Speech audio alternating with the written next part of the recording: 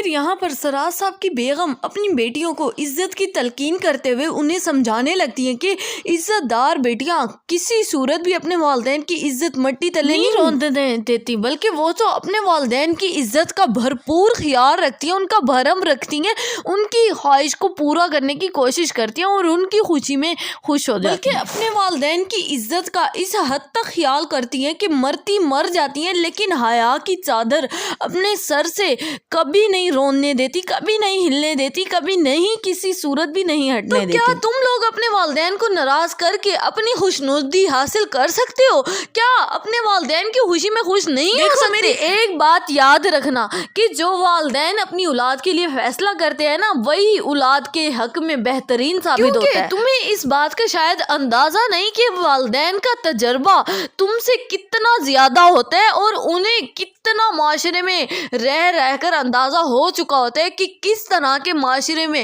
ہمارا گزارا ہو سکتا ہے۔ دوسری طرف جیسے ہی مناہل سیڑھیوں سے اتر رہی ہوتی ہے، سامنے سے دیکھتی ہے کہ عاشر کی بہن یعنی مناہل کی نند نیچے گزر رہی ہوتی ہے، تو جان بوجھ کر مناہل اپنی نند کے اوپر گرنے لگ جاتی ہے، یعنی اس پر روب جمانے لگتی ہے کہ میری بھابھی ہونے کے ناطے وہ میری رسپیکٹ کرے گی، مجھے سنبھالے گی اور میرا خیال رکھے گی۔ بلکہ عاشر کی بہن تو اس کا یہ بیہیو دیکھ کر اور زیادہ غصے میں آ جاتی ہے، پریشر میں آ جاتی ہے اور بدتمیزی کرنے لگتی ہے، کہنے لگتی ہے کہ مناہل یہ بات تم اپنے ذہن میں اچھی طرح سے سیو کر لو کہ اس گھر کی بہو پہلے دن سے بطول بھابھی تھیں، بطول بھابھی ہیں اور بطول بھابھی ہی رہیں گی، تم کبھی کسی صورت بھی اس گھر کی عزت اور بہو کا رتبہ حاصل نہیں کر سکتی۔ مناہل اپنی نند کے منہ سے یہ الفاظ سنتے ہی اور زیادہ پریشر میں آ جاتی ہے اور بطول کے خلاف ایک اور نئی چال چلنے لگتی ہے۔ سو ویورز، آپ کا کیا خیال ہے کہ کیا مناہل بطول کے خلاف نئی چال چلنے میں کامیابی حاصل کر پائے گی؟ اپنی قیمتی رائے سے آگاہ کرنا مت بھولیے گا نیچے کامنٹ سیکشن میں۔